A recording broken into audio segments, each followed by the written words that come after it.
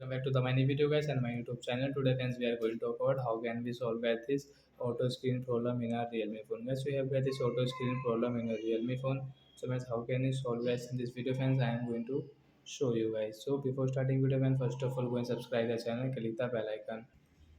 So first of all guys open your phone setting to solve guys this auto screen problem.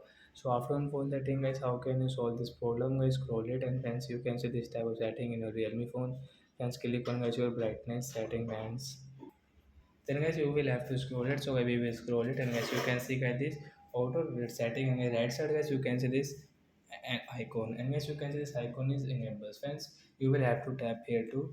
Then guys your auto screen problem will solve and guys you can try guys your phone will not rotate guys. You can try guys if you use any app, example for guys Chrome app, and guys you are using any YouTube app, example for your phone will your phone screen will not rotate. So like that guys your auto screen problem will off in your Realme phone. So that's it guys. Thanks for watching the video. We will meet in the next video. Bye bye friends.